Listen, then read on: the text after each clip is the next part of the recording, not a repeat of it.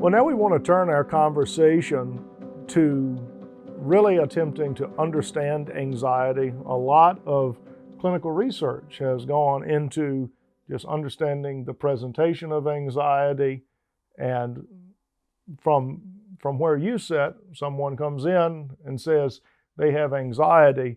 That is not sufficient for a diagnosis, but only sufficient for the start of an investigation. So why don't you just talk us through that process of how we go from I'm feeling anxious to trying to figure out what more is actually going on. The clinician has to understand the diagnostic codes and the criteria to meet a diagnosis. Although you can send, a client could go to 3 clinicians and come up with 2 or 3 different diagnoses, because it's more of an art than a science. I wanted to first differentiate a bit between worry and anxiety. Worry obviously is a symptom of anxiety, and worry is often, people are worried about something that's it's disproportionate to the event itself. They're over-concerned. Worry tends to be in the mind, and anxiety tends to be in the body and mind. Worry is generally specific, worried about taxes, worried about your mother-in-law, worried about your car breaking down, whatever. And anxiety is more vague and more general, just a general anxiousness. Worry is often logical. You could talk about it logically. Anxiety grossly overestimates the risks. And worry can motivate us to solve a problem, actually. Anxiety will shut us down and debilitate us from problem solving. And I wanted to tell a little short story about being in a river in Florida in a kayak. And if you haven't been in a kayak, you understand there's not much material, plastic, between you and what's swimming around you in a kayak. And you look over and you see a dark log, and you drift toward the log further than you wish to. And then you look again, and there's a big gator between you and the log. And the river guide yells, "Don't worry, Mike. They're usually not hungry this time of year." So you better worry a little bit, and you better start paddling downstream without hesitation. And no one's going to do that paddling for you, which is another hint in some of this. You have to do some of your own paddling. There's guides, and there's the Lord, but you got to get your muscles going. But if you want to enjoy the rest of the trip, once you get out of that range of that gator, there's some beautiful birds, beautiful other kinds of fish, and don't let it wreck your trip. Enjoy it. Don't ruin it for yourself and everyone with you. That would be anxiety if you just let it permeate and be pervasive over everything. And so that's a real experience. For generalized anxiety disorder, if you're the clinician, you're going to want to know the history, and you're going to want to find out if the symptoms have been consistent for over 6 months. If they haven't, then it might be adjustment disorder with anxious mood, which is a diagnosis, kind of the low rung on the ladder. And to be quite honest with you, most of the people I've worked with over the years had adjustment disorder with anxious mood, and it wasn't full generalized anxiety disorder. According to the statistics, and this seems very low to me, they say that 2% of Americans suffer from generalized anxiety disorder at any time. That seems very low to me. I don't think it's that low, but that's what the current research is saying. The symptoms of generalized anxiety disorder are constant worry, restlessness, loss of concentration, which affects all areas of life, anticipation of disaster. Those are some of the symptoms of generalized anxiety disorder.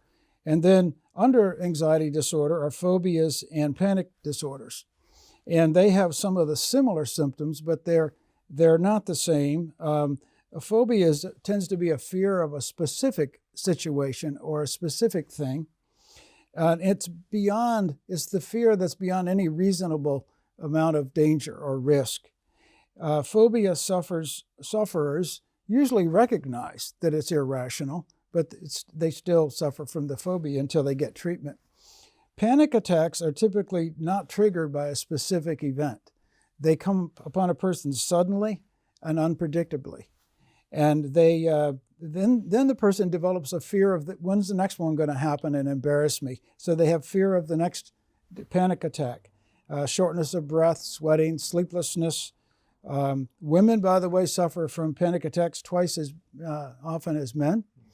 And often it could be said that people probably have co-occurring conditions. They probably have phobias and panic attacks combined. I wanted to mention Aaron Beck. In 1988, developed the Beck assessment for depression and the Beck assessment for anxiety, or anxiety inventories. And we do use tools. Sometimes the general public hears about assessment tools on the internet and they try to be their own doctor. And, it's good to inform yourself by reading, but it's also good to get an expert. Just like if you try to diagnose your own heart disease, you probably ought to go to a cardiologist to get that done. So this is what I've learned and take away from what you're saying.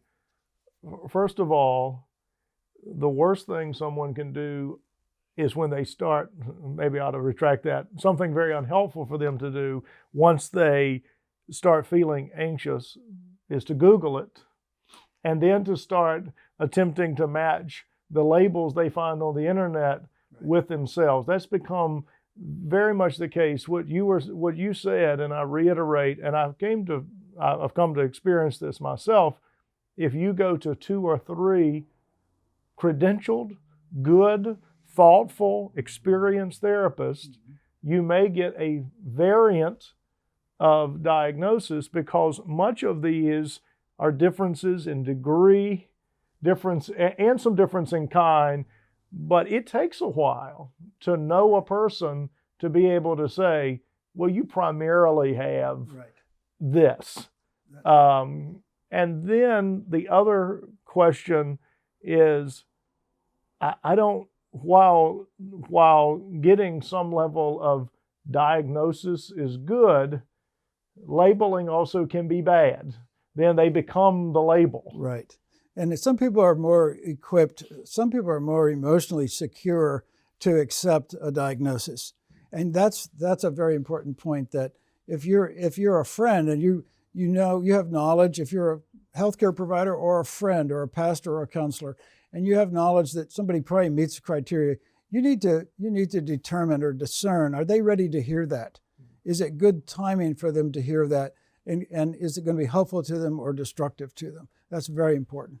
What would you say because some people watching this today are watching it for themselves, others maybe are watching it for a friend.